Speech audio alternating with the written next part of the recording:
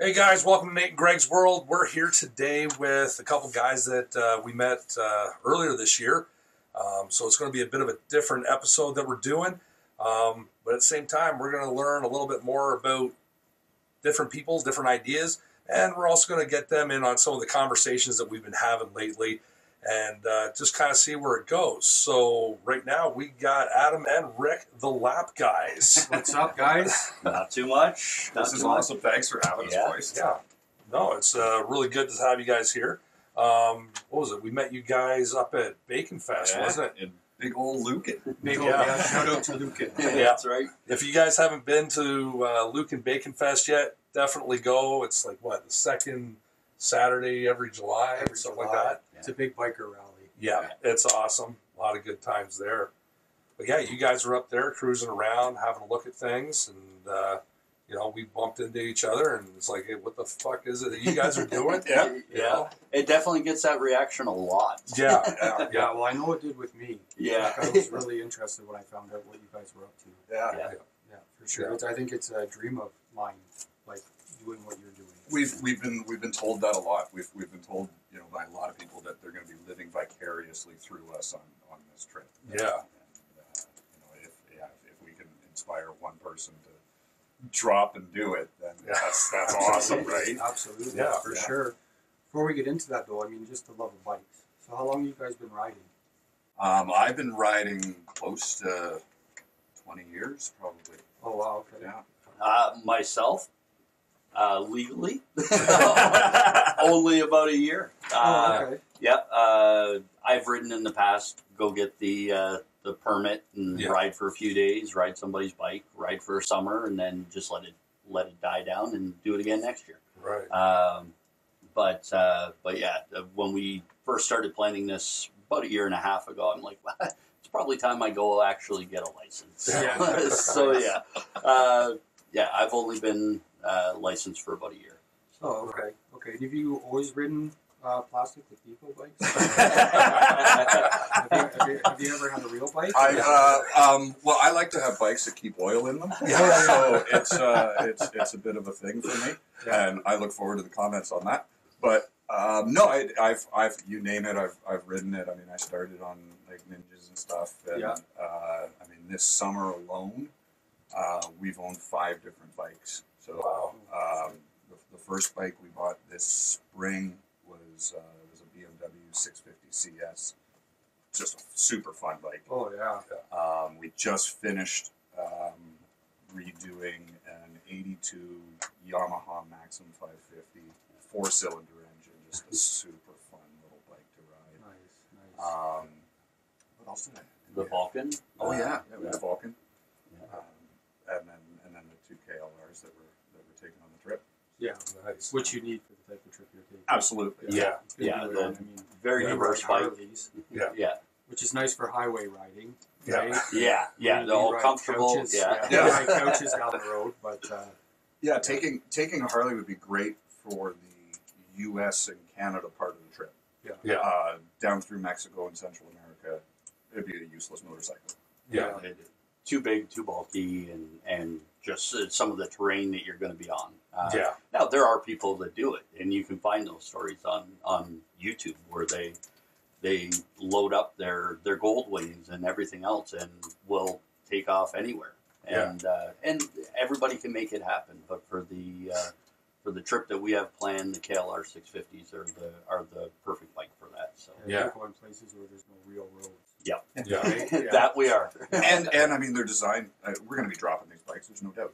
There's going to be some gnarly riding, and they're designed for that.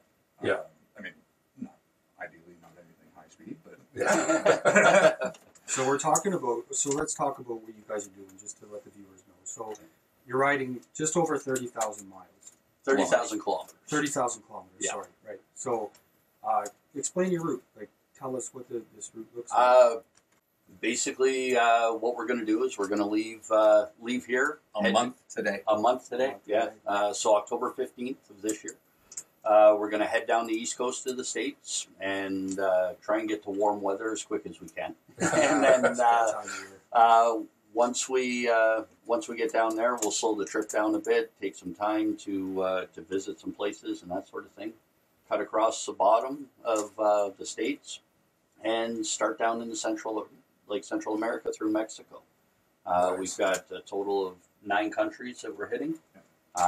So we'll go Mexico, Belize, Honduras, Guatemala, Nicaragua, Costa Rica, Panama, and we're actually going to turn around at the canal. Will be our turnaround point and come back up the west coast of all those countries, hitting El Salvador along the way, and coming right back up into Canada, into Vancouver, and then going coast to coast from here to straight out to St. John's, Newfoundland, and then back here. So we're looking at a total of 9 to 10 months, is weather dependent. So. Yeah, that's not too bad at all. It definitely sounds a little bit longer than our trip that we have planned. Like we're just planning to go to the other side of Canada, and then ride all our way back. Yeah. So just a little bit further than what we're planning to go. Just a little, Well, but still a beautiful ride. And we had originally planned just to do 9 months or 7 months rather. Yeah, 7 months was the plan. Yeah. But our departure date was strategic for weather. Yeah. But when we were looking at the weather in Canada this past spring, we were planning on leaving Vancouver in early April. Right. And we were looking at the weather across the prairies and just went, no, Yeah. absolutely Yeah. not. I mean, we're camping the whole way. Yeah. Right. And, I don't care how great your tent is, being in Saskatchewan in April is going to be silly. Oh, Freeze. Yeah. So it's interesting because we just said, okay, we'll make it 9 months and we'll leave Vancouver June 1st. And it's actually made the planning of it really interesting because we have a day-by-day itinerary that for customs purposes and all of that we have to have. Yeah. It'll change, right? We'll see something shiny and, Yeah. and have to stop. There'll be a squirrel and we'll have to do something. But, Yeah. we're killing a ton of time down south now. So going through the itinerary, it's like, okay, well, I guess we have to spend a week on a beach in El Salvador somewhere. Oh, shit. Yeah, I know. It's tough. It's really tough. Yeah. And I think looking at it, we have 3.5 months of kind of downtime, right? Wow. Like that we are going to have to kill while we're in Central America for cost purposes, for weather purposes, everything else. Bike maintenance, everything. Yeah, Yeah. like everything is so much cheaper down there. So it makes sense for us to stay south of the U.S. border as long as we can to wait out that weather. So. Yeah, no, for sure. Fuck, that sounds like a lot of like tacos and stuff like that. yeah, exactly. Oh, fuck. Right on. But No, that's good. That's good. Again, it definitely sounds like it's going to be an amazing trip, and I can't wait to, keep following you guys, as you go through this thing, because it's just inspiring us to do it ourselves. That's awesome. yeah, As I said, we have our own trip planned that, in another year or so, we're going to head across, go through the States and then, come up in Vancouver there and then travel all the way back through Canada because, traveling number one highway is what I've always wanted to do.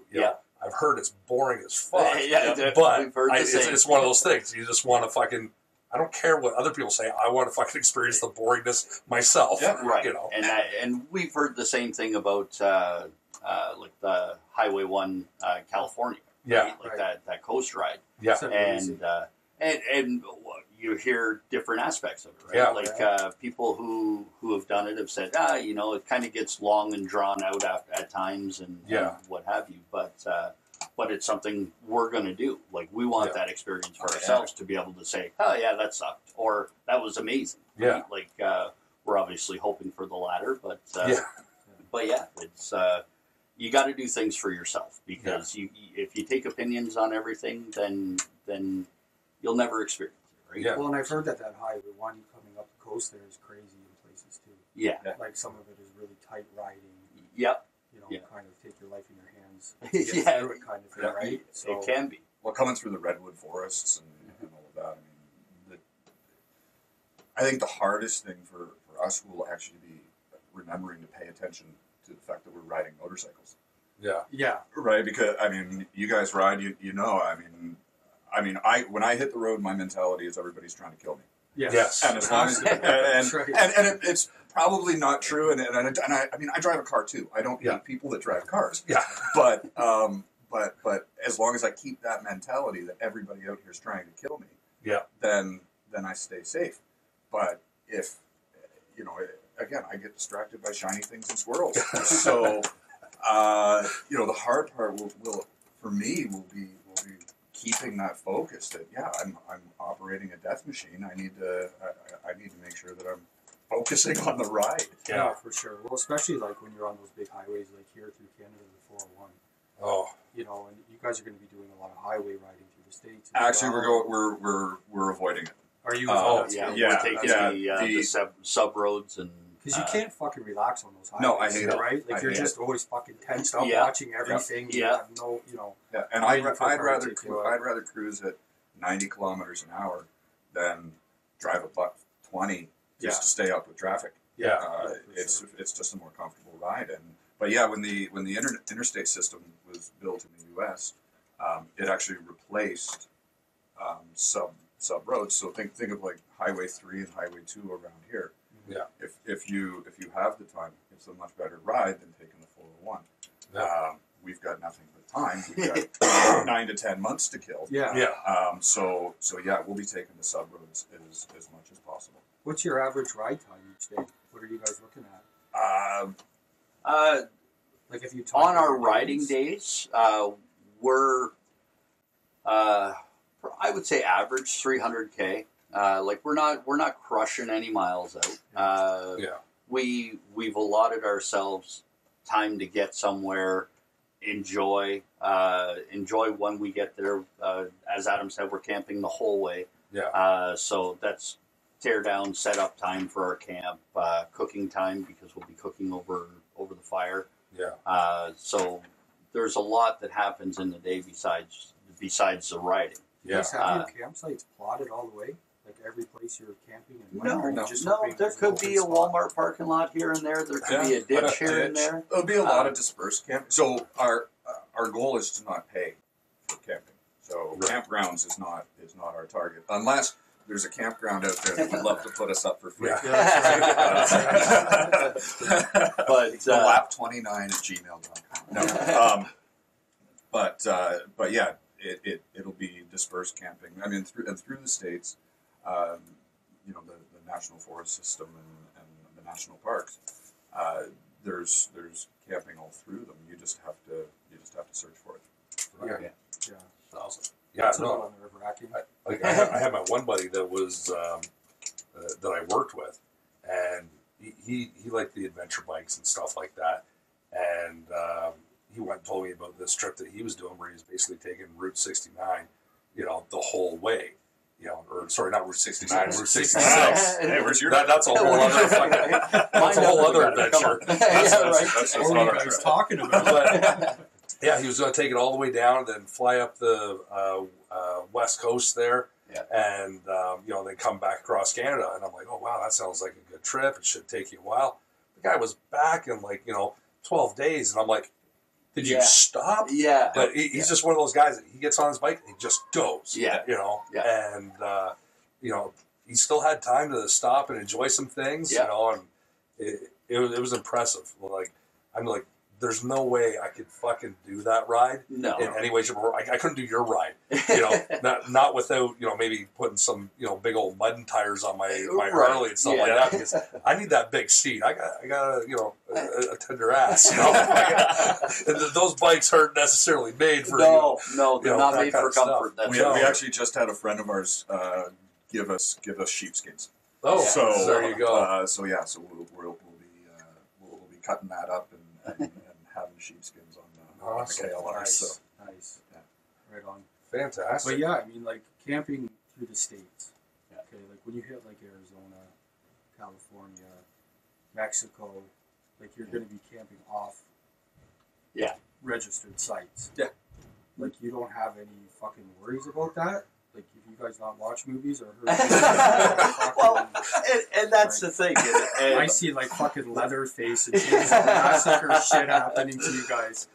So, I can't wait to shoot the what was it, the Blair Witch Project? I can't wait to shoot that video. Yeah. We're gonna see the last tape of you with snot coming out of your mouth. I'm sorry. Yeah, that's right. And for my mentality, Mexico scares the shit out of me, right? Yeah. Like that's been since day one. I've said to Adam, like, I'm not sure what we're going to do in Mexico. We should probably get hostels. We should probably do this. We should do that. Yeah. I've gotten out of that mentality, but when we did our itinerary, it's pretty much a beeline through Mexico, right? Yeah. Like, I think we're in Mexico a total of 9 days. On the way down. I'll talk you out of that. We haven't finished planning the route back yet. But 5 years from now, we'll be watching a documentary on Yeah. making back in Mexico. And these two will be in there fucking slaving away on the farm. with their masks on. Yeah, that's right. I lived in Nicaragua for 3 and a bit years, and I had a lot of people ask me that same question. Aren't you worried about your safety and all of that? And it's all about being smart. And I mean, every culture has bad places. Yeah, right? no, for sure. There's places in St. Thomas I wouldn't go at 2 o'clock in the morning. Right? But so I always said to people, you know what? If you're smart, you'll be okay, and you'll love every minute of what you're doing. If you're hammered out of your head and you're down on the beach at 3 o'clock in the morning looking for hookers and blow, you're probably going to run into some trouble, right? Like if you live a high risk lifestyle, then you're rolling the dice on that. Yeah. But I mean, in my travels, like I've some of the sweetest and nicest people that I've ever met are out in the middle of friggin' nowhere in backcountry Nicaragua, have not a pot to piss in, but welcome you into their home. Will make you a hot meal and just want to talk. Oh, for sure. Yeah, we're not knocking a whole culture. No. And that's, but but the general consensus of anywhere you go in the world is human compassion and caring, right? Yeah. Like, it goes to some of your discussions about diversity and segregation and stuff like that. Yeah. Like, you have people in a demographic that are the assholes, right? Yeah. But for the most part, you could roll into any town anywhere, and you're going to find somebody that's like, hey, you guys need a shower? You want to pitch your tents in our backyard? Yep. You want this? You want that? Right? Like, here's our tools if you need to do anything on the bike. Yeah. And we've had that outreach through our YouTube channel and our Facebook page. Is people saying, when you get to this area, let me know. Like, you can. I have a shop you can use. I have this. I have that. Right. I have a guy that I have to call in Mexico that has family that lives all along the Gulf Coast. Nice. And he's like, if I can't give you information about the safe spots to stay and what to avoid and that sort of thing, I can talk to them. Yeah. So, and that's it. I mean, we're avoiding the west coast of Mexico. Yeah. That's cartel country. Right. Yeah. We're not being, like I said, we're being smart about it. Yeah. So I mean, on our way back up, we're basically coming up through the heart of Mexico. We want to go to Mexico City, so that's a big part of it. It's right in the middle of the country. Yeah. But we are avoiding the west coast because we And don't want to hang out in cartel like country. you say, anywhere you go, like I know, like Mexico City and stuff gets a bad rap, but when you look at the statistics, there's some cities in the U.S.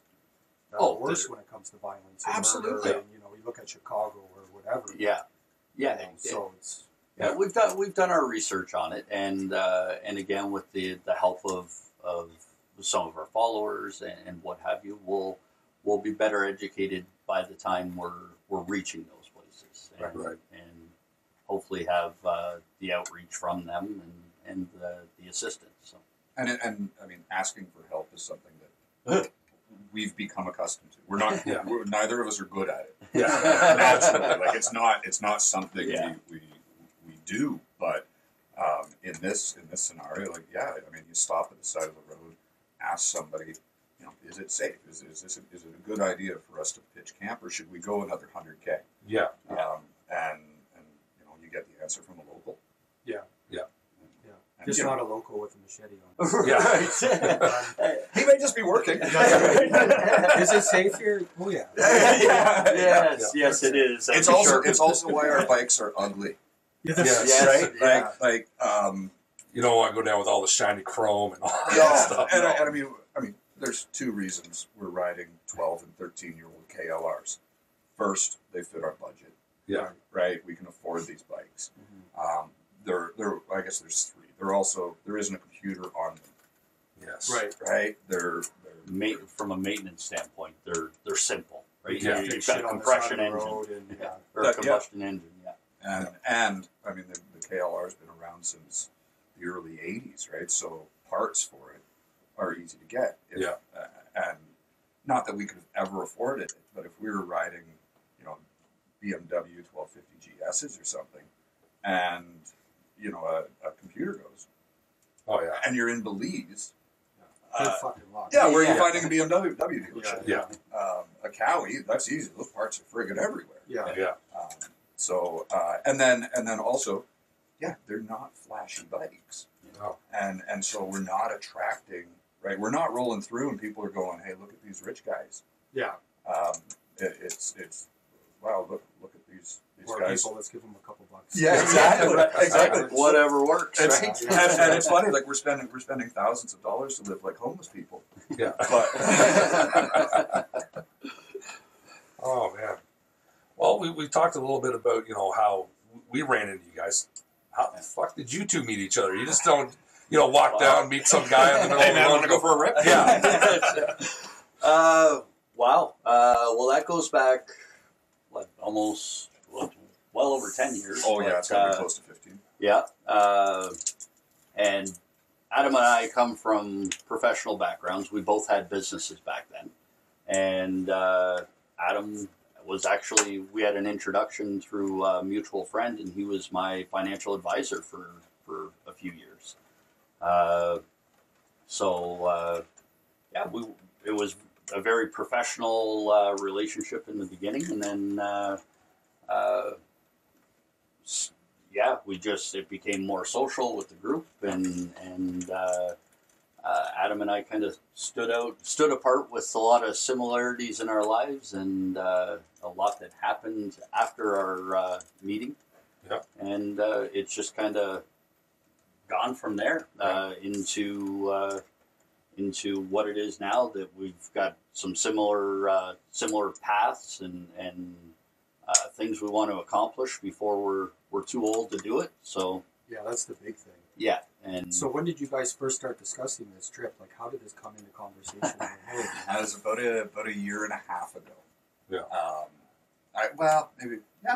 Yeah. And I had come back from Nicaragua, had to handle a few things, and I called up Rick and said, hey man, why don't you come over for a beer, spend the weekend, and I just said to him, I want to drive to Panama.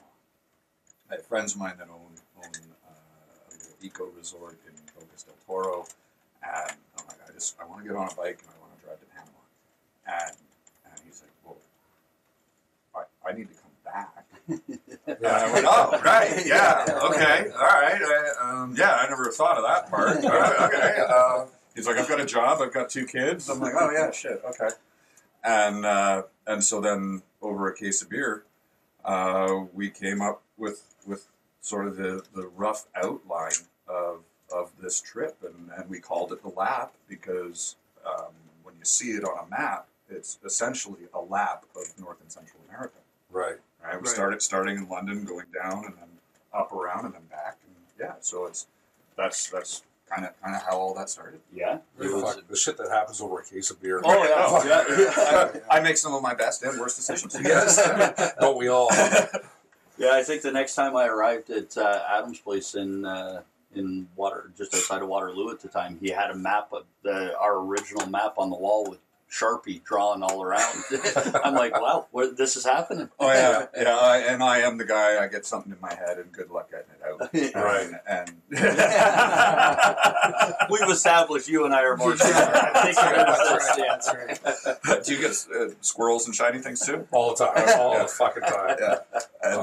Yeah, and that it's taken on a life of its own. Because I don't think either of us envisioned it being this social media thing and all of that, and then we started talking about, okay, could this become a YouTube thing? Is this something people would want to see? And I'm a chef as well, so in conjunction with the Lap, we also have the Roadside Gourmet, Right. where I'm cooking. My kitchen is what I can carry on my bike. Sounds like you're picking up roadkill along the way. Maybe. Just don't tell me about it. Although what's funny is that yesterday I was out for a ride and there was a deer that had just been hit by a car. Yeah. And literally the first thing that went through my mind was, should I stop and dress that? Yeah. But fresh. Yeah. Oh, it was still twitching. But yeah, ideally we won't be eating too much roadkill. But Rick has some sensitivities when it comes to food. So yeah, they're all up here. Yeah. And I'll admit that. And I'm I'm with going you on to there too. I'm going to prove them wrong. Yeah. Oh, are you going to try different delicacies then as you're on the road? Absolutely. Definitely. Yeah. We'll do the cultural thing that we're whatever the locals are doing. We'll try. Right. I'll try. I will make that commitment. I will try. Nice. See, I'm with you. That makes me fucking nervous. Yeah. Does it? Like it's like, the first time, like when you used to have a girlfriend and you'd be going to eat at the parents' house. Yeah. You don't know what they're serving. You're like, I hope I like it. I'm gonna force this down. I like 3 fucking foods. Right? What are the chances it's going to be one of the 3 that they're serving? Yeah. And I'm the polar opposite. I find when I travel, some of the best foods is street foods. And you find that little old lady who's been making this dish at that street corner for 30 years, and it's just amazing. One of the best cooking lessons I've ever had in my life, and I'll try to do the Coles Notes version of this story. For Coles Notes was no, but so the Coles Notes version of this story, I was in Grenada in Nicaragua, and there was this lady. She makes a dish called vigaron, and everybody can go look it up. Vigaron, and so it's basically pork belly, but I already like it. Yeah, sounds amazing. It's amazing with this cabbage salad and anyway. So I went and tried it and just fell in love with the food, and it took a little while for me to get the nerve up, but I went to her and I said, I need you to teach me how to do this. I need you to show me how you make this vigaron. Yeah. And she says, okay. And she says, you need to come to my house at 6 o'clock in the morning next Sunday. I'm like, I'll be there. And it's this little barrio out in the sticks, and she's like, gringo boy won't come. And so I show up, and it's awesome. They slaughter the pig Sunday morning. Nice. And so she took me through every step of preparing this. I mean, she's out there 6 days a week selling this food. Yeah. And so every step from slaughtering the pig to how she treats the meat to how she gets her vegetables to how she makes the sauce that goes on. And I mean, it was absolutely amazing, just stunning. So doing things like that, going to restaurants, that's fun. It's great. I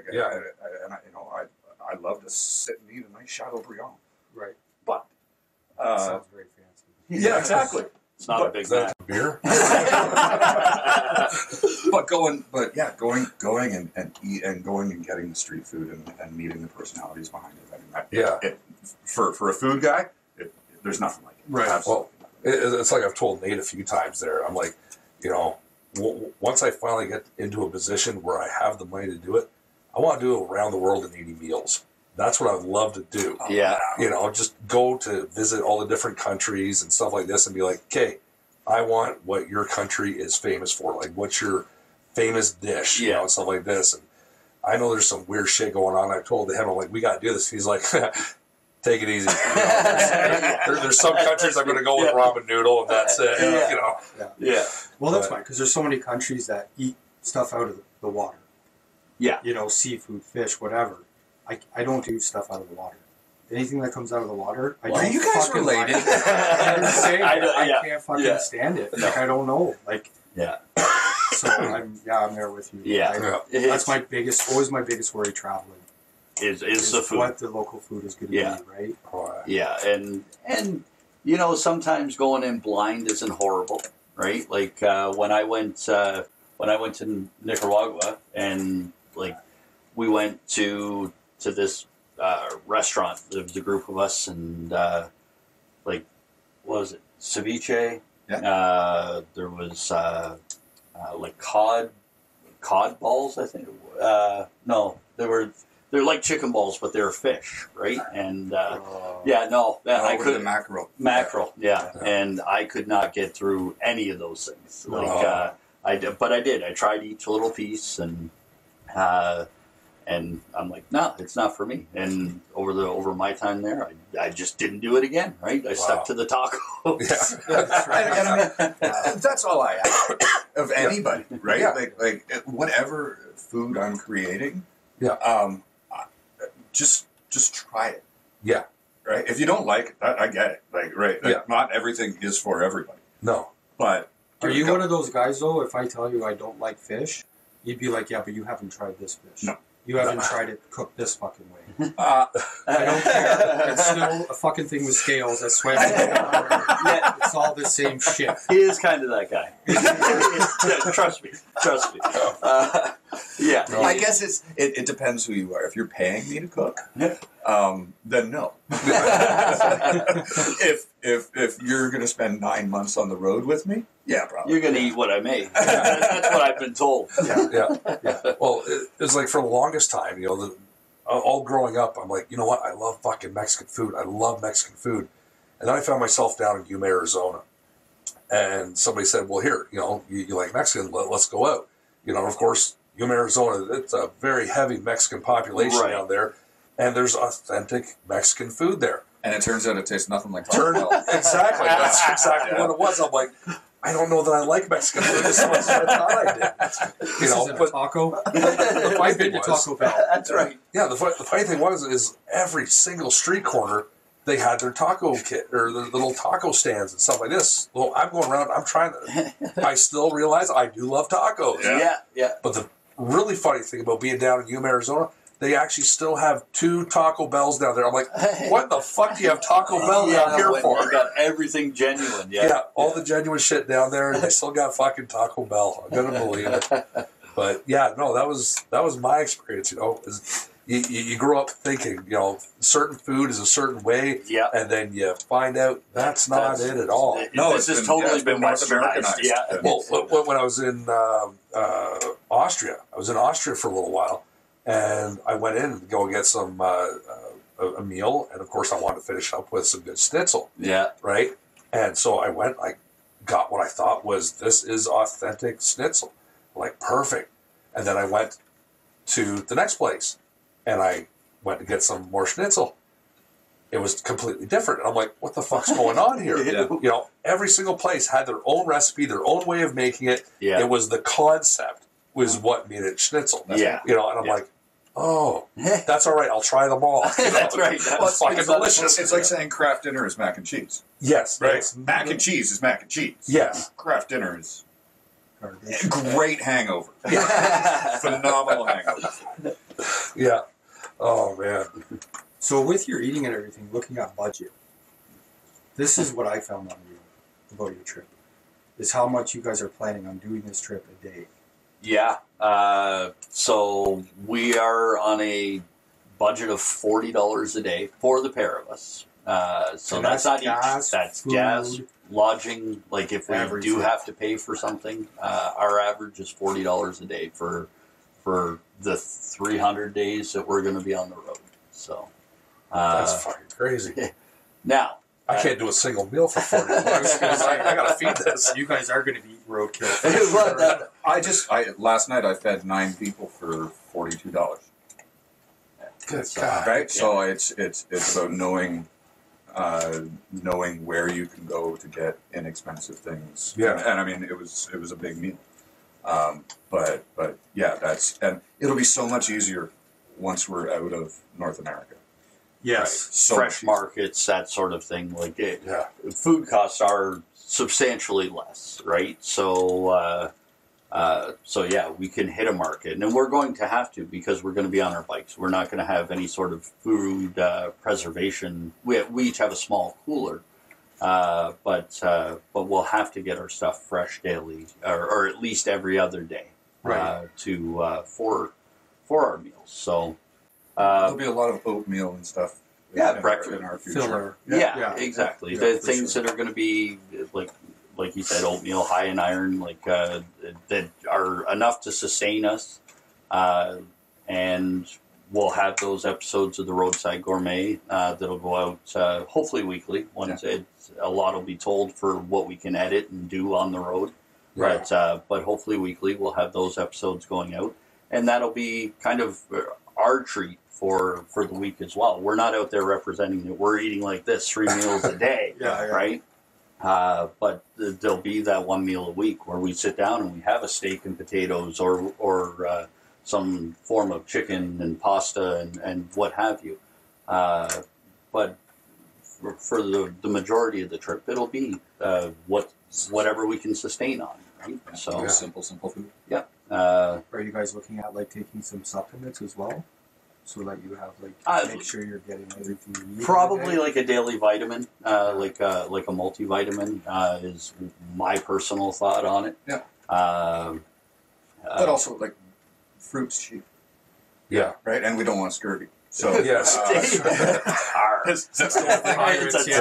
Yeah. But yeah, I mean that's and buying bananas and stuff like that. It's dirt cheap. Yeah. So and so that'll be part of the staple diet. Right. Again, we're crushing out kilometers 5 days a week. So, I mean, we need to have our energy so that we are sharp. Yeah. And so, I mean, managing the diet is going to be, it's important. Yeah, last thing you want is your sugar low shaking and not being able to pay attention when you're cruising. Yeah. Exactly. Or just overall fatigue, right? Drifting and not having that energy to keep your eyes open after riding for 300K or something like that. Yeah. So, there's definitely an aspect where we need to keep we got to keep ourselves running as well as the bikes, right? So, for sure. But now here's my thing. You guys are talking about, this gourmet kitchen and all this good stuff. You're talking about all the stuff that you have. You're going to be gone for, 300 plus days. How the fuck are you taking it all on your bikes? Seriously. That's kind of been a labor of love over this summer is we started off with what we thought we needed. Right. And then we went out, we spent some nights camping. Adam got out a few more times than I did, but and we've slowly whittled that down to the stuff that you use when you go out.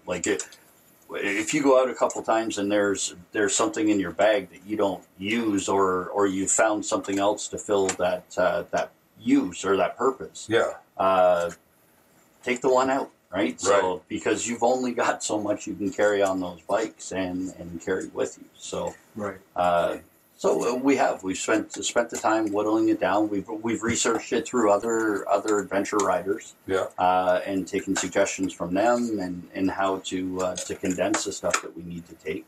And Adam has a few custom things that he is taking. So. And I mean, doing the pack itself, again, there's going to be no chance of anybody, riding bitch. Yeah, because the bikes are loaded. We both have soft pannier systems, so the side saddle bags, and they're 25 liters. Yeah, I think 25 liters each, and then there's a dry bag, that holds our tents and all of that stuff strapped to the top of the bike. And then our for me, it's my clothing roll is on that. Yeah, yours is too. Yep. So dry bags. Yeah. And then just whatever we can fit on the bike. And yeah, every ounce counts. But I'm not skimping on what I'm taking for the kitchen, because we are going to be doing some catering and stuff while we're on the road. So I am taking my chef roll with my knives and that.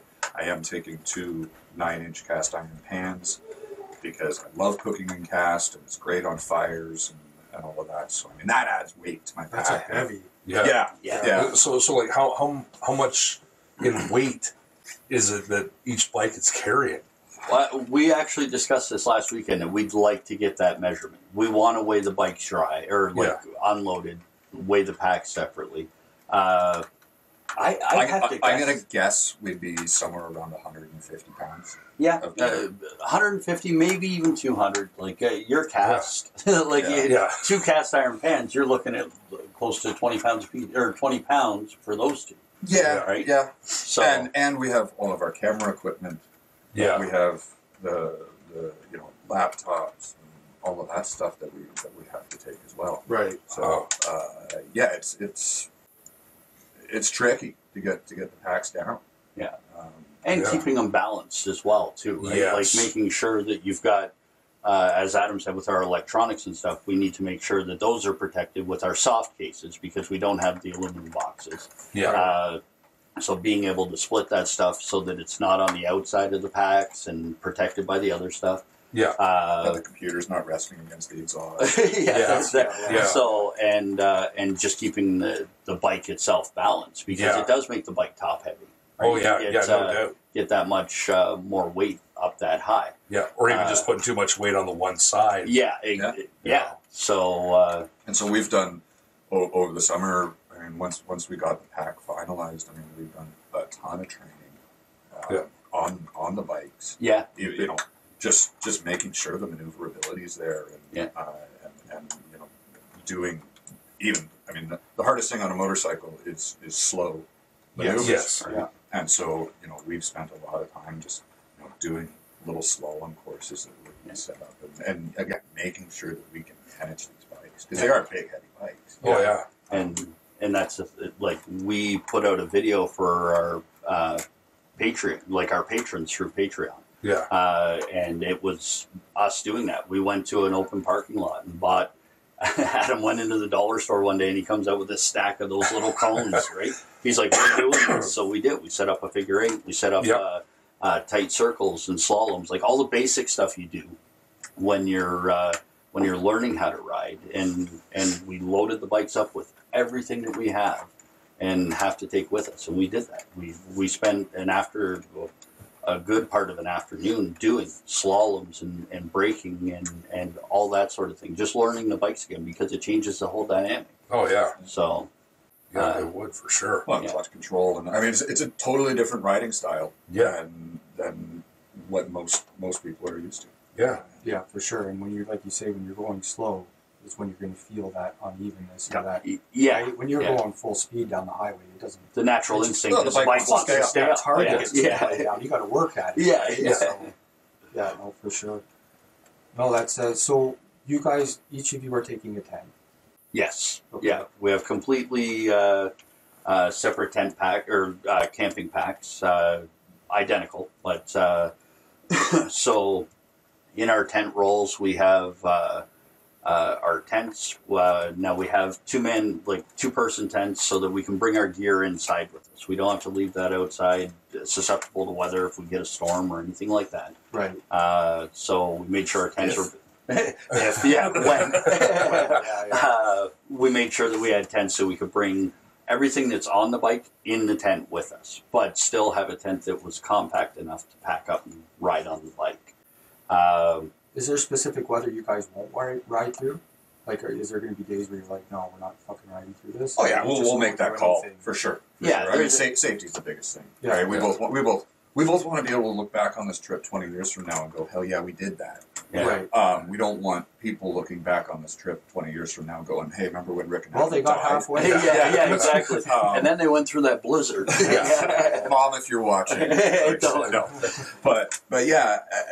I mean, if it's still going to be hurricane season when we that's what I'm when we go down through You're Central doing America. some So shit, right? yeah, if we need to bunk up for a couple of days or go beg shelter from somebody, then we do it. Yeah. We're not. There's no way I'm gonna put either of us at risk and just to be stubborn to crush it in kilometers. Yeah.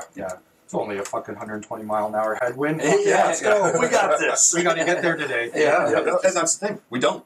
Yeah. Right. Like right now we have 2 dates that we have to hit. Right. 2 dates. Yeah. We have to leave Brownsville, Texas, on the day that we tell the U.S. border that we are. Yeah. Right. Because we don't want to get in trouble with any borders. Right. So and we have the full itinerary, and that'll be handed to the border agent and say this is where we'll be. This is when we're leaving. Yeah. And so we want to leave Brownsville that day. Right. Yeah. Right now we have some, at least one friend of ours who's booked a flight and an Airbnb in Belize, and is we're gonna spend 4 or 5 days there. Yeah. And it's actually Christine who runs all of our social media, which we would not be able to do our social media. So big shout out to Christine. That's probably our biggest struggle right now, trying to deal with some of that shit. Yeah. And it's hard now. Yeah. Being on the road we're not going to be sitting on a campsite with with wired internet. Right. Yeah, just plug into the local Yeah. Wi-Fi tree. Cactus. So that ain't gonna happen. So trying to manage that while on the road that can be very difficult. Yeah. So, what was my point? Oh, you weren't even listening. No, we're sorry, we're speaking. You guys are already fighting like a very couple. You never listen. and it was funny when you asked if was it 2 tents and all that. Yes, definitely, because we're best buds. I couldn't imagine doing this trip with anybody but Rick. Yeah. But 9 months is a long time. With one dude, right? And there will definitely be times where you're ready to strangle each other. One of us will have to piss off for a couple of days. And if it was only one camping setup, then someone. Yeah. Although we've got hammocks, so we do have hammocks too. Well, I'm not only thinking that. I'm thinking $40 a day. You guys aren't even staying at regular campsites, hotels, nothing. No. So, I'm wondering, hygiene. How are you are you just not going to bathe the whole time and shave and just go back rivers? Honestly, just find whatever water source. Hey, it's raining today. Quick, grab your shampoo and just dump it. Let's go.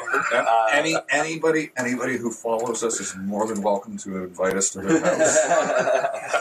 And the thing is, we've had a ton of people reach out to us. You might awesome. want to be careful with that too. Come on, And we do have a camp shower, like one of those old bags with that you hang into a tree or whatever. And it heats up if you leave it out in the sun. So go find a garden hose, fill it up, and then shower. And and none of our stuff is like top of the line. Right.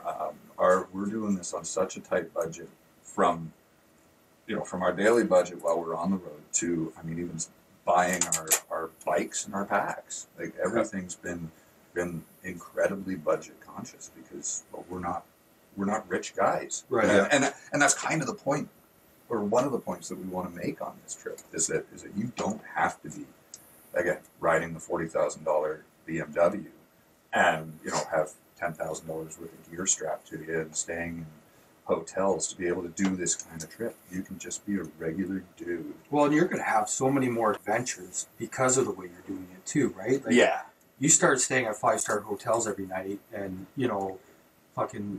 if it rains, you get put in a trailer and drive. It's raining out and shit, right? You lose that adventure piece. And just the whole idea of, like you said, if you're sitting in a 5-star hotel and it's raining outside, yet you wanted to go look at some Mayan ruins somewhere through Mexico, you're not going to do that. You're coddled.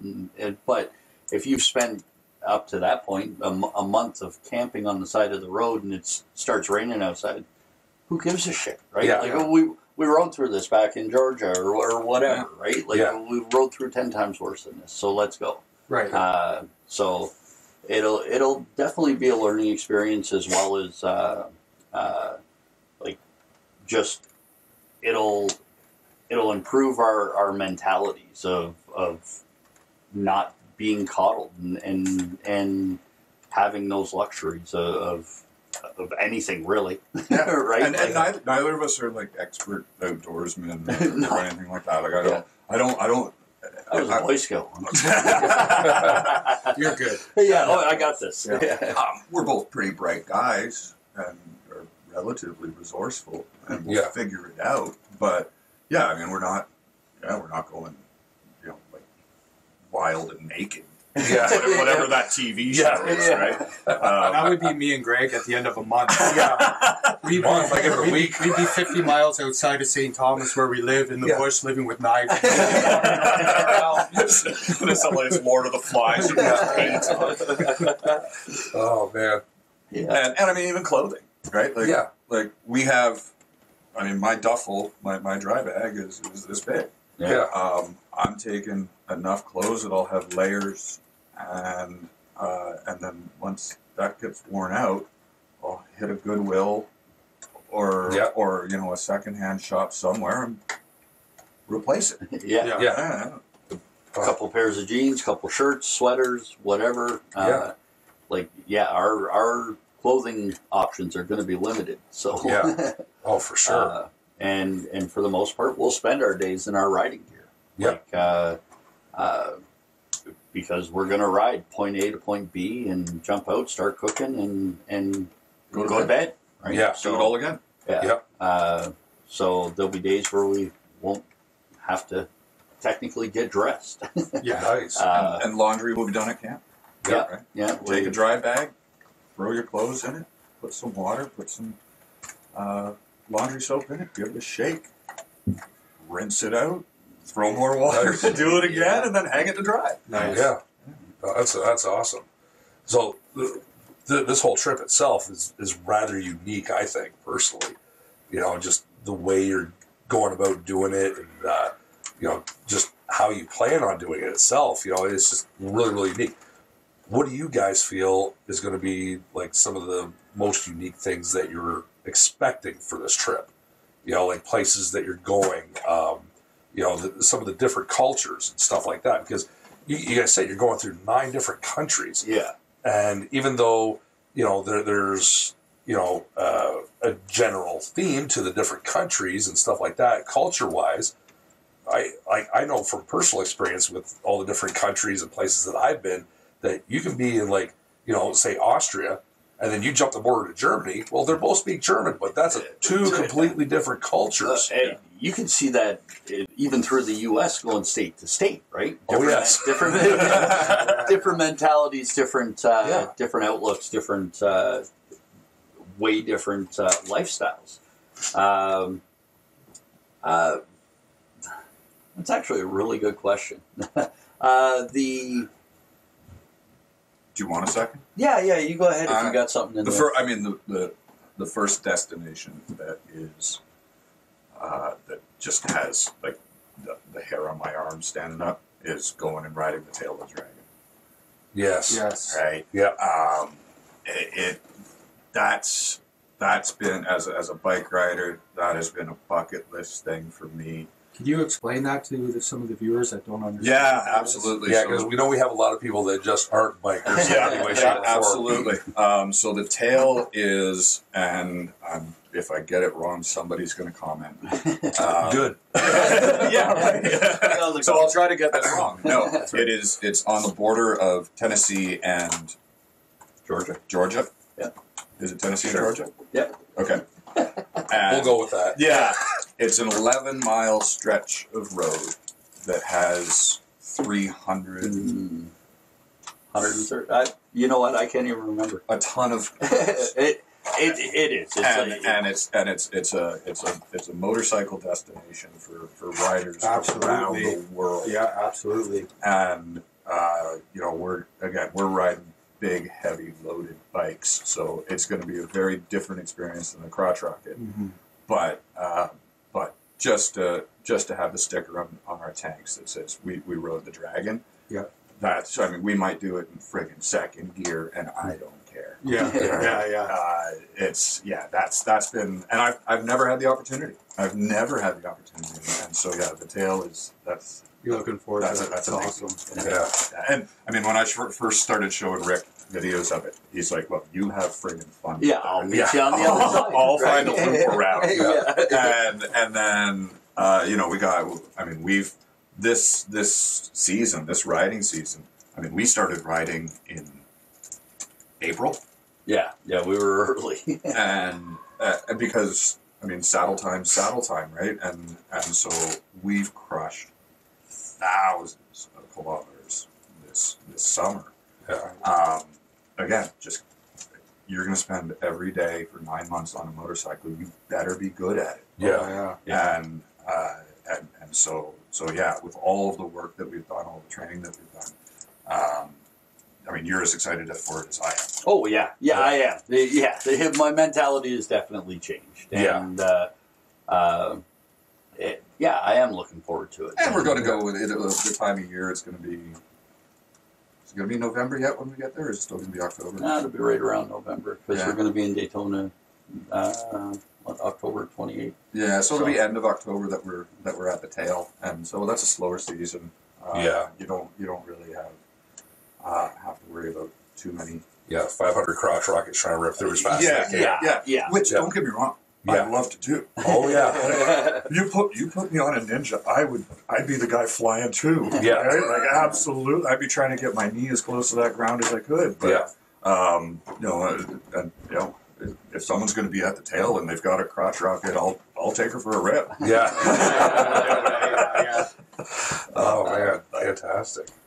And for myself, it's more of the sights. Not so much. I don't really have a riding spot that's that I'm necessarily looking forward to. But I know when we come up through San Francisco, like I want to see Alcatraz. Yes. Right? Yes. I mentioned before, like some of the Mayan ruins through Central America. Definitely want to take the time to stop and check those out. Some of the history of the trip is what I'm most looking forward to. So I think there's going to be a ton of like humbling moments. Yeah. Right. Where we sit back and go, okay, we're incredibly fortunate to be able to be doing this, but also just sitting back going, man, this world is amazing. Yeah. There's so many amazing things that people should just see. Well, in this time, you're going to have endless number of stories coming back. You know what I mean? And the shit times you had will become the good times. Yep. Yeah. Right? The ones you laugh about remember at the when end. this happened. Remember that guy with the machete that fucking kidnapped us for a week and we had to escape? You machete. That was fucking amazing. I don't know. I got it. I'll pose for a picture and I'll tag you. When he's coming after me over the shoulder. It's so funny. It's so funny the number of people that have asked if we're going to be packing a gun. Yeah. And it's like, okay, first off, I'm a Canadian boy. I've never shot a gun. No. What is the statistic? You're 80% more likely to be shot by a gun if you have one. Yeah. So because it's your own gun. Yeah. And don't research that. That's a made up number. But again, personal safety. That's up here. Right. Yeah. And really, the chances of doing anything, like the news story, really quickly, just talking about that. Like there was a cop in our city. Well, not our city, but London. Did you hear that news story? Yeah. So this cop had a guy run at him with a knife. Yeah. Like literally, like from me to you away. Yeah. And he fired his gun twice and missed with both shots. Yeah, both times. And that fell over a curb. Right? Because he's under stress, right? Yeah. So your chances of pulling out a fucking gun to protect your life in a situation, especially in like Arizona, Texas, where they're fucking used to pulling their guns. Exactly. Right? Yeah. They're going to be a lot quicker than you. Yeah. Fuck, no matter what. We're just two nice Canadian Just boys. exactly. Right? Practice your apologizing. Yeah, exactly. Sorry, Sorry, eh? Now you're talking about stickers and stuff on your bikes there. You want to get the tail of the dragon sticker, stuff like that. I noticed the sticker that's on your bike there, Baca. What the fuck is that? Yeah, you want to take that? Sure. So BACA is an organization that we came across at Bacon Fest. Okay. And it's Bikers Against Child Abuse. Wonderful, like the mission statement behind the organization is phenomenal.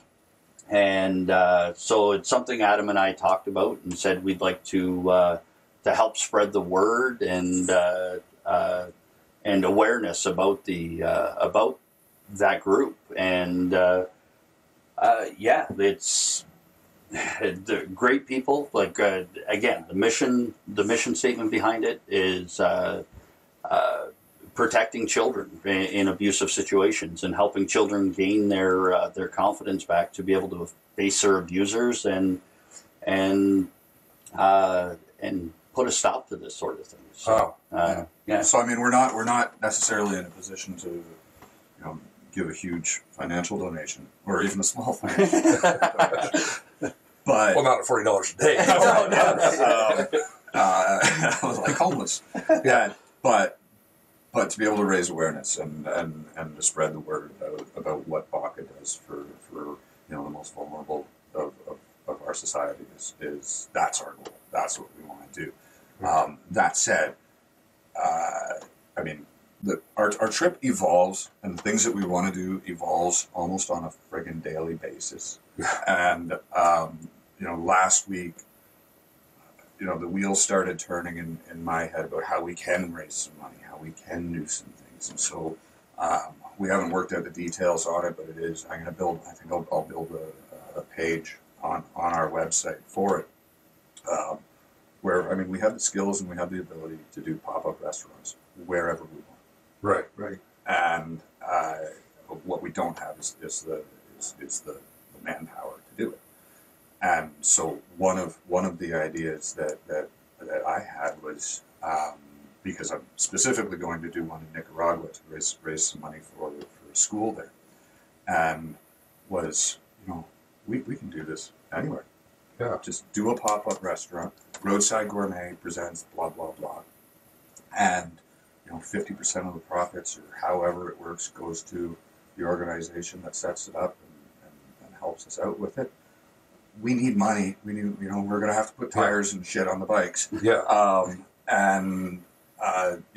So we'll take some cash, and the charity will get some cash, and so we haven't worked out all the details on it, but being able to go down through the states and visit BACA chapters, and if they need to raise some dough to help a child, maybe we could raise $500-600 for them in a night of relatively very little work.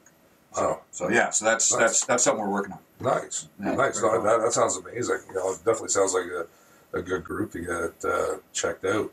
And you're saying as well right there that you're looking to raise money for a school in Nicaragua. Yeah. Is it? So here you are. You're on your own personal mission of just going out to kill the bucket list, basically. Yeah. But then at the same time, here you are. You're supporting this school in Nicaragua. You're supporting like BACA and stuff like this, trying to raise awareness for that. Yeah. Like, is there other organizations that you're looking to help out with? There's an organization that will remain nameless at this point, but that we tried to team up with, but and there's just a lot of red tape that is because we're kind of loose cannons, and I get it. Yeah. But one of the big things that both of us want to, I guess, bring awareness to is the therapeutic value of riding a motorcycle. Right. Yeah. Both of us have battled with depression and anxiety and stresses in life and gone through some dark times. And I'm sure you guys know, you get on a bike and all your worries are gone. Yeah. Right? All your worries are gone. there's not a lot of guys in their in their mid-40s that are going to be willing to talk about it, and we certainly are. That for me, there's nothing more therapeutic than twisting a throttle. Yeah, and when therapy is real. That's right. Absolutely. It really is. Absolutely. Yeah. And so we are going to do a couple of PSAs through our YouTube channel along the way, and and help raise awareness for that too, because I think and again, guys our age just don't talk about it. Yeah, that's the thing. As you said, there's a lot of guys that just won't talk about it. You put the cap on, you push it down. And like, what was it? A couple of episodes ago, we talked about masculinity. We talked about PTSD and stuff like this. Yeah. And that's the thing, You get that alpha male type, and especially in our generation, you're expected to be that alpha male. Not this new generation is like everything's feelings. And honestly, as we said before, in those episodes, there comes a time when you go, you can still be an alpha male, but still be like, look, I got a fucking issue. Let's fucking talk about it. Exactly. And I think that's fucking incredible that you guys are, bringing awareness to all these different little things. Yeah. And I'm sure that with your trip and with all your vlogging or whatever it is that we want to call it, all your videos and stuff that are going to be going back up, just the amount of culture, the amount of different diversity that's going to happen. Because we've already mentioned it, just going from state to state. Just here in Canada, you go from the one town to the other town. There's a whole lot of different diversity. Vancouver to St. John's, Newfoundland. Holy shit! I'm not even sure I speak Newfie. No. But we had that conversation before too. Yeah, trying to fucking understand. Yeah. But just going to all these different little countries and stuff like this, the amount of diversity that you're going to see. Yeah. Because I know I've mentioned it before with Nate. I've been to numerous different countries, and just the culture is so different.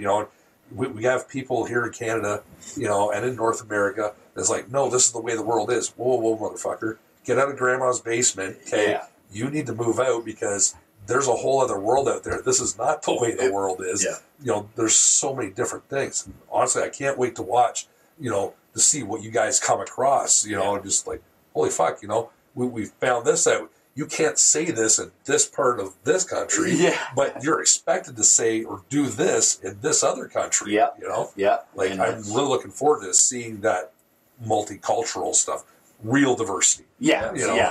Not media diversity, not what, people aren't designed to live in their little 500-mile radius bubble for all their lives and periodically take a trip out from here to there, right? Yeah. That's what cultures become and societies become. But to go, I'll tell just a short personal story. I went when Adam was still living in Nicaragua, and I was going through some of my darkest times after all my personal stuff. I had said, I'm going to pack up and I'm going to move to Nicaragua.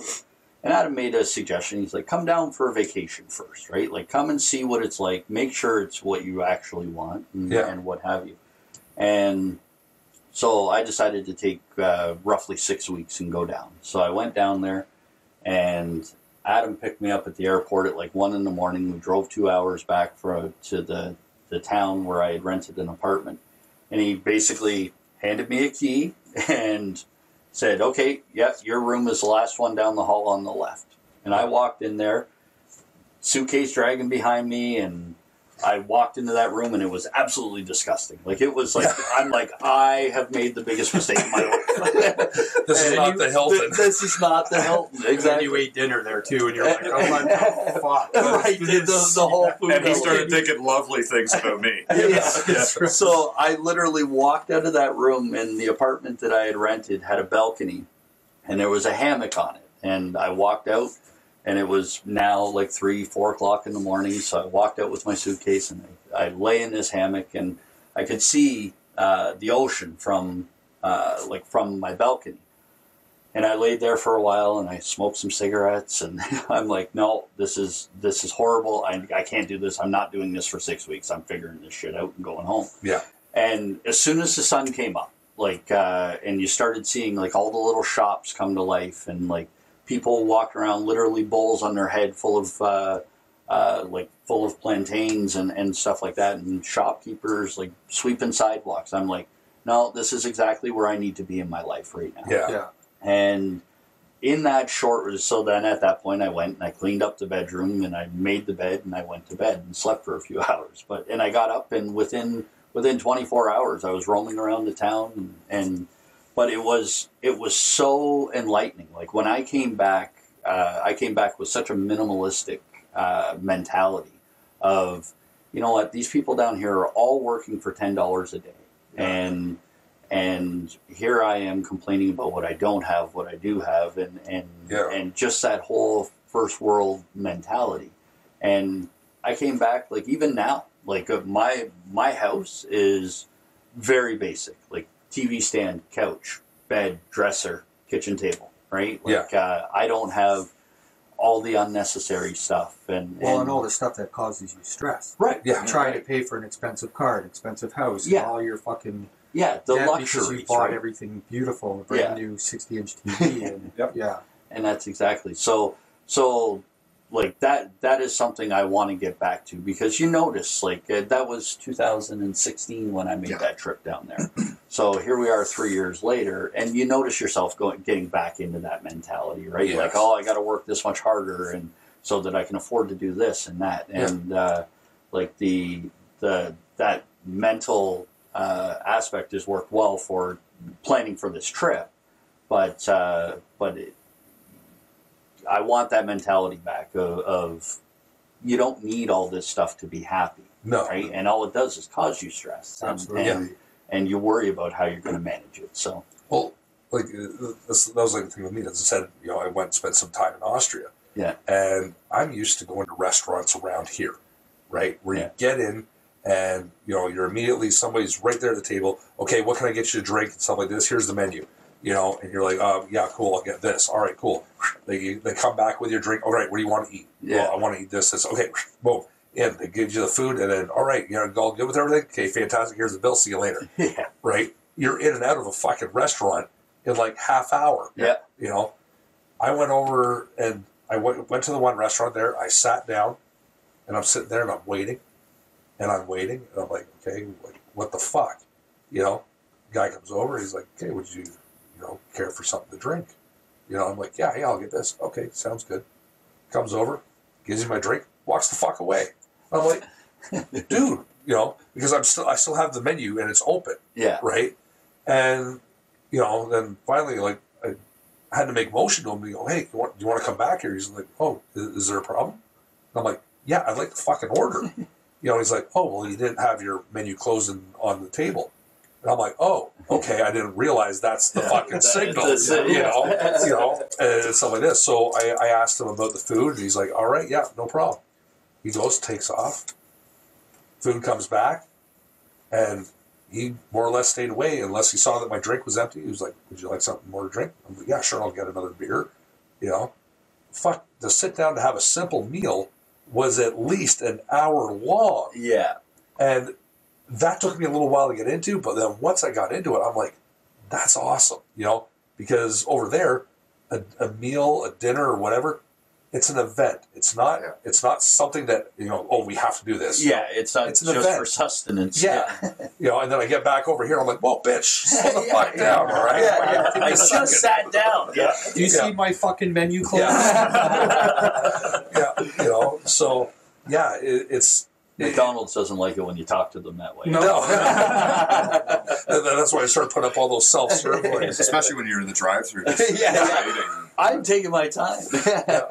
No, it's interesting because, like you said, you know, you get into one spot there and you're like, yeah, I don't think so. Yeah. And then you go and you have a chance to have a look around, see what's going on. You're like, okay, I can work with this a little bit. Yeah. You know? And I think that's North America's biggest issue, or one of the biggest issues, is everything has to be done now. Right now. Yes. Everything's so fast-paced. Yeah. There's no fucking time. Let's get this done. Let's go. But, like, I agree. Like, I took the trip to Mexico. Yeah. And the pace there just slowed right down. Yeah. Nobody was in a fucking rush. Yeah. You know, everybody was just enjoying shit, doing their thing.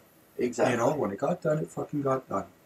Not to mention going into every store there, they're giving you shots of tequila, beer. I'm like, this is fucking amazing. Yeah. Right? Yeah. Well, one of my favorite things, we'll go back to food. Yeah. When I was living in Central America, going to a market, like the food is fresh, right? Like it didn't travel 3,000 miles to get to me, right? Somebody picked that and put it up for sale. Yeah. And so I would grocery shop literally daily because I didn't know what they'd have. Yeah. And so, I mean, as a chef, that's super fun. Right? Yeah. Like I go and go, all right, so what is there? And I used to do private catering where, you know, if you rented a high-end holiday home there, your concierge would say, oh, by the way, we do have a private chef available if you'd like to hire them. And they put them in contact with me, and then we build a menu. Yeah. But the asterisk on the menu is, this is assuming we can get stuff. Right. Yeah. Right? Because, I mean, I could go to my fishmonger and go, okay, I need lobster tails or I need, you know, whatever. And he'd go, yeah, we didn't catch any this morning, so we don't have it. Right. Yeah. And so, you know, need to change things on the fly. And so I'd go, I'd come back to Canada and go to a grocery store and literally just stand there confused. Yeah. Because there's so many. I can get anything. Yeah. Right? And then suddenly my creativity went away. Yeah. Because, you know, I could think ahead. Okay, well, if I buy this, then I can do that, and blah, blah, blah. And the creativity that I had cooking in Central America was 10 times what, because it had to be. Yeah. Right. Yeah, I'm looking forward to that slower pace. Yes. Yeah. You know, to that just relaxed life again. Well, that's it. You guys are talking like, you know, you're not trying to do 10 hours of riding a day and rushing to the next. This is no iron butt ride. Yeah. For sure. Well, and like as you're just saying there with like the fresh food and stuff like this, like you have that availability down there. I actually thought it was kind of amusing, and so another, you know, bunch of my other friends and stuff, like when I was in the military, we got to Afghanistan and we suddenly had fresh fish for fucking supper. I'm like, where the fuck are you getting this fresh fish from? It's a fucking landlocked country. You know, we didn't ask any questions after that. You know, it was just like, no, you know, when we saw the canal that went right through Kabul, we're like, we're good. We're not going to ask. You know, we're just going to pretend it is fresh right from the ocean. You know, there we go. Oh, wait. So, you know, obviously, you know, your guys are going down. You're doing all this different stuff. You guys are clearly needing some funding to help you out with this shit. How the fuck can people help donate to you? You know, to help get things going. We've touched on a few things where you're talking about, you know, doing the kitchen thing. Sorry, I can't pop-up restaurants. Yes, the pop-up restaurants and stuff like that. How else can people donate to you? All, you know, shameless plugs. www.thelap.ca is our website. We brought a couple of stickers for you guys. Oh, fantastic! Brought two because there's two of you, and so I mean we're selling those for $3, but we also have through our YouTube channel, which is just search the Lap, you'll find it.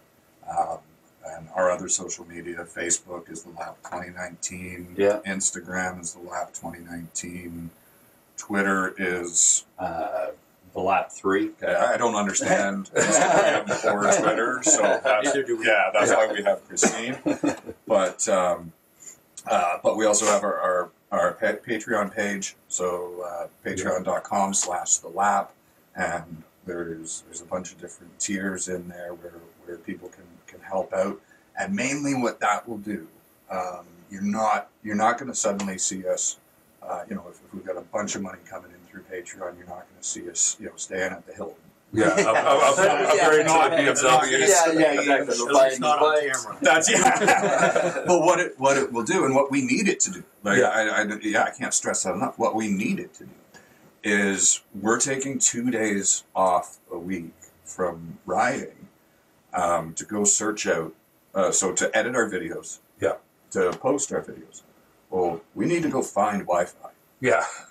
And probably pay for it. Yeah. To do the roadside gourmet, the food budget is going to be significantly higher than what our daily food budget is. But you know, we want to put together a cookbook, and you know, we've done some fun stuff. We did a prime rib over a campfire. Super Bowl Sunday, that was amazing. Yeah, we just might have to stop by to say clearly I'm good to eat. So my last one, I did my ribs, and and so I mean those all the recipes are on our website and all of that. So I think we add value. Yeah, and so through our Patreon stuff, it'll pay for stuff like that. Right on. That isn't necessarily in our budget to do. Perfect. Well, we'll definitely make sure we get up all the links and stuff like that. Down in the description of the video, so you know people can help donate to these guys. You know, help them get to where they got to be. Help them with all their other separate missions other than the bucket list, you know, item. You know, and I think it'd be fantastic. And like I said earlier, it's going to keep evolving, right? Yeah. We're going to see something shiny and go, hey, we should do something for that. Yeah. You know, and that's just who we are. Yeah, exactly. And having the no time constraint, I don't want to say no time constraint, but having the flexibility in our schedule is going to be huge for us to be able to do stuff like that and venture off. Like if we do see something that that we want to get involved in, we can lay over for a week somewhere and be like, let's stick around and do this. So, yeah, it is in our nature to do that, and we want to raise awareness for things that we believe in. Yeah, that's awesome. That's awesome. Well, you know what? I think before we get going here, I want to hit you guys up with some questions and discussions that we've been going and posting up online.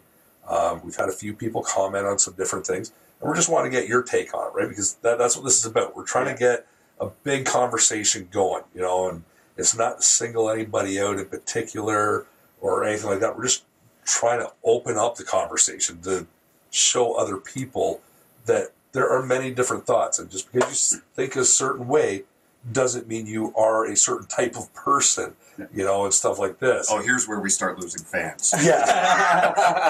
Well, one of you will be liked. So much. I think we know which one's which. Okay, so let's see. Okay, well, here's one of the questions that I posted before. Can people change, right?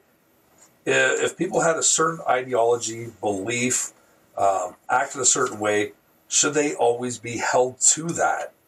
Or can there be actual change? Because, you know, we see it a lot right now in the media. You know, there are certain people being told, well, this person here, this is what they were believing, you know, 15, 10 years ago, you know, so therefore that's the way they are now. It doesn't matter what they say now, you know. Do you think people can actually change?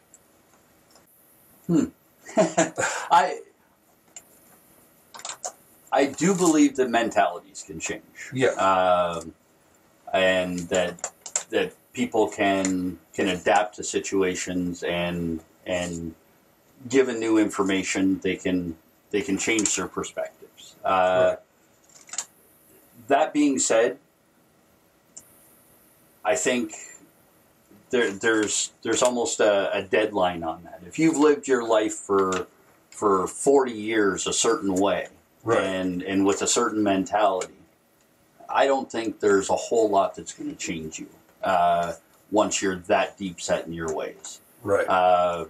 You take say a 25-year-old that's started to develop those ideas and ideologies of their own, and present them with the information from say the other side or again just different facts. Yeah. I think they're more susceptible to adapting their mindset. But so that's why I say I think there's a bit of a deadline on it. Right. And it's going to be different for everybody, and depending on what the information or situation or ideology is. Right. But I think once you've done something for so long, I don't think there is an opportunity. Do you think it is that as you get older, you're less able to change, or the less you give a fuck? I think it's more so the fact that you don't give a fuck anymore. Yeah, because right? when you're 80, you're like, fuck you. Yeah, like this is how I've lived my life. I've been through everything. There's nothing you can tell me. Yeah, at this point, right? And that's exactly what I think. Well, like a few years ago, didn't it's the old guy from Duck Dynasty, Phil? Yeah. Okay. He got in a lot of trouble for a lot of anti-gay things that he said, and I literally sat back and went, well, what did you think he thought? Yeah, super religious, incredibly religious. Yeah, you know, out of a swamp, he made a whistle that made him $1 billion. But what did you think he thought? Yeah, and so you know, of course, just the fact that he became a huge star and a public figure of sort, that didn't change what's like. It's like that whole saying, hey, like, you can take the girl out of the trailer park, but you can't take the trailer park out of the girl. Pretty much. Okay. Well, let's see. Let's see if we can hit you up with something else. I know we've talked very briefly about this when you guys first showed up, so I got to get your take on this one, because this one blew my absolute mind. Dave Chappelle has his new stand-up up. Okay, and it's taking a lot of heat right now because he apparently is not with the times. Okay, is it fair that he is taking this heat, or do people need to loosen the fuck up? Because personally, myself, all right, I watched it. Yes, he made a lot of jokes that had,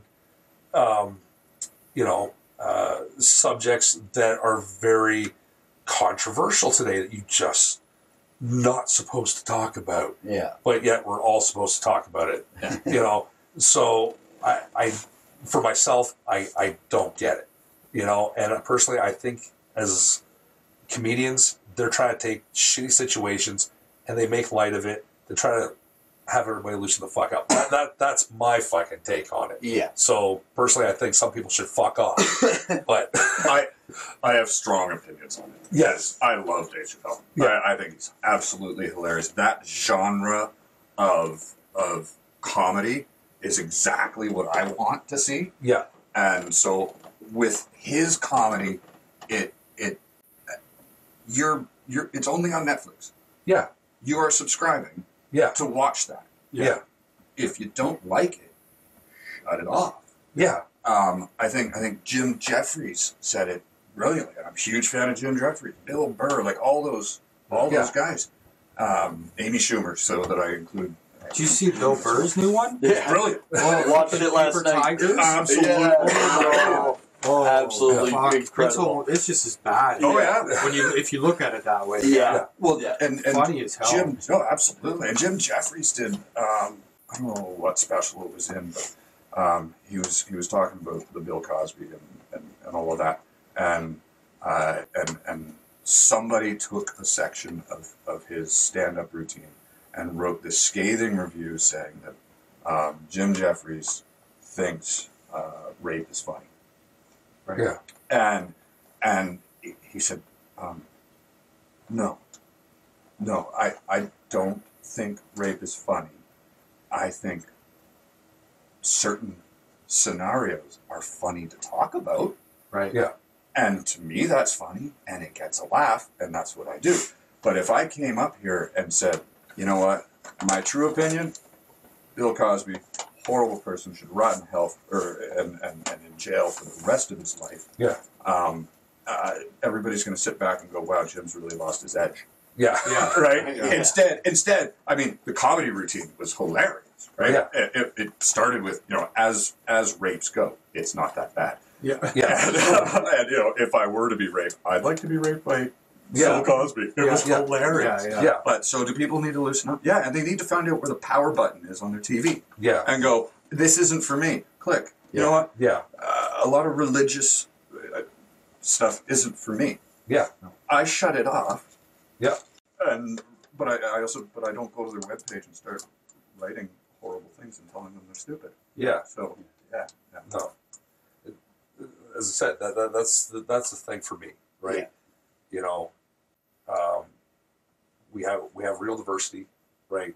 And then we have that forced diversity. Yeah. You know, and telling everybody, no, you can't think this way, you can't talk this way, you can't do this, you have to be like this because we need to be diverse. Yeah. Well, hold the fucking phone. Yeah. That doesn't work. You know, Yeah. You need to understand people are going to think different. People are going to take jokes differently, you know, and stuff like that. And just understand that that's the way people are. Yeah. Loosen the fuck up, relax. If you don't fucking like it, turn the power button off, turn the fucking station, unfucking subscribe. Yeah. Okay, I don't really give a shit. Although, please subscribe. But you know, that's the thing. If you don't like it, don't watch it, don't listen to it. You know, and shit like that. And what drives me fucking crazy about the whole thing is, you know, people are fighting about how ignorant these guys are and how horrible what they're saying is, and you know, nobody likes it. You're a fucking idiot. You're not funny. Okay, they're filling arenas, asshole. Yeah. With people. They're fucking like Their selling bank account out. says otherwise. Yeah, exactly. The fact they're living with millions of dollars in the fucking bank is proof. Was it Yeah. Louis C.K. lost $30 million because of the Me Too movement. His Dingo episode, right? Well, the fact that he liked to whack off in front of people. Right. Yeah. And I'm not saying that's right. Depends on who the people are. But, and the thing is, God help the four of us if we ever become famous. Yeah. I don't know about you guys, but I've got crap that. Yeah. Oh, there's skeletons. Yeah. Everybody's Like, got it. Everybody's Again, please subscribe. Yeah. But then again, I'm okay with talking about my skeletons. Yeah. Yes. Do you know what I mean? Yeah. If Yeah. you don't fucking like it, I don't fucking care. No, but Yeah. would it be a Louis C.K. situation where, you know, you make it to a pinnacle and then because of those skeletons and a mass movement behind it, suddenly that's pulled out from under you. Yeah. Everything you've built is gone. Yeah. There's been a couple streaky incidences that could get Yeah. No. Thank God back then you couldn't record shit. Yeah. No smartphones now. That's a thing. Right? Yeah. Like that's the problem right now. Like everything's getting recorded and everything is getting fucking, you know, people get a hold of it and then they chop it how they want to chop it and tell it how they want to tell it. You can fucking make anything look like anything now. Exactly. Right? Like and that is the thing. Everybody's out there to try and nobody's out there living their own life anymore. No. Right? Like everybody's out there trying to prove somebody wrong, trying to prove that they're better than somebody else, or just diminish things in certain ways. I personally am not outspoken about much, right? No. If it directly affects my life, I'll speak about it, right? I am one of those guys that can scroll through Facebook or Instagram and whatever. You know what? Not for me, right? Yeah. Not for me. Scroll. I don't need to stop and put an angry face on something or make a comment if it's not for me. The things I like, I'll click like on. But everybody is just out to be heard, and that's the problem. Everybody's got a voice. Everybody's got a voice, including the ones who shouldn't have a voice right now. Yes. And they're. But who are you to say they shouldn't have a voice? I get that. Fuck, there we go. Wow, here we go. That sounds like a roast. I'll let you know. No, Carries a big stick. And that's and yeah, that is unfair. Everybody deserves their voice, Yeah. but you get to choose whether you want to listen to their voice. Exactly. right, Yeah. Right? If you don't want to listen to it, I don't give a fuck what people say. No, Yeah. Like you say, as long as, and what I've always said is, as long as it's not fucking hurting anybody. Yeah. And I'm not talking about hurting feelings. I know I said that Yeah, before. fuck feelings. Like, who cares? Right? Just don't fucking listen to it. yeah, Right? and that's But say what you fucking want to say. and to go with your diversity, like they're trying to make everybody one way or another. Yes. There's no middle of that spectrum. No. Anymore. You're either designated this or you're designated this, and you can't. They don't want you to be in the middle. They don't want you to be like, oh, you know what, that guy's got a great idea, but so does he. Yeah. Right. If we could take those two ideas and put them together, we'd have something successful. Right? Exactly. Well, it's like our trip. Right? Yeah. This trip is not for everybody. No. Yeah. Right? Hopefully to follow. Yeah. It is. But to go and do this kind of travel, it's not for everybody. No. But everybody seems to have a friggin' opinion on it. Yes. And you know, we get talking to people, and it is either this is the coolest thing I've ever heard of, can't wait to see it and hear your stories, to you guys are nuts. Have you thought about this? Have you got this gear? Have you done that? Are you riding the right bikes? How could you take that? Blah, blah, blah, blah, blah. And just beating it down to the point where we just tune them out. And, and then like, still my trip, man. My trip, I'm doing it this not forcing you to go sleep in a $50 Canadian Tire tent. No. And so don't sit there and tell me I got to have a $700 whatever brand tent to do this trip. To survive. Yeah. You need all this. So, fantastic. Yeah. All right. Well, guys, just want to thank you again for coming in. Thank you very much, This has been fantastic. This has been amazing. You know, we wish you all the best on your trip. We can't wait to... We're going to have you back when the trip is done. Oh, for sure. We would love to do that. We want to hear everything that's on the go. If we get enough patrons supporting us, maybe we can set up a solid enough Wi-Fi feed to that would be cool. do something with to you even guys. do a live feed. Do a remote thing with you guys. That'd be fantastic. That'd be amazing. You guys chain down that guy's fucking we'll do the show from so there. There we are. Would you like to look at Facebook Live on that? We got a couple of guys that need to see this. Something like an Al-Qaeda snuff. Guys, if we do that, I'm so going to have a machete with me. All right, fantastic. Lap guys, they're going to be going out. What date is that again? October 15th. October 15th. They're bouncing the fuck out of here, and they're on their trip. Make sure you get onto their social media. Check out what the fuck they're doing. Links will be in the description below. And don't forget to give to their Patreon after you give into ours. Yes. And Nate and Greg's World support them. Dude, I love your stuff. Absolutely love your stuff. You guys are doing a great job. Perfect. All right. Till next time. We'll talk to you all later. Later. Cheers.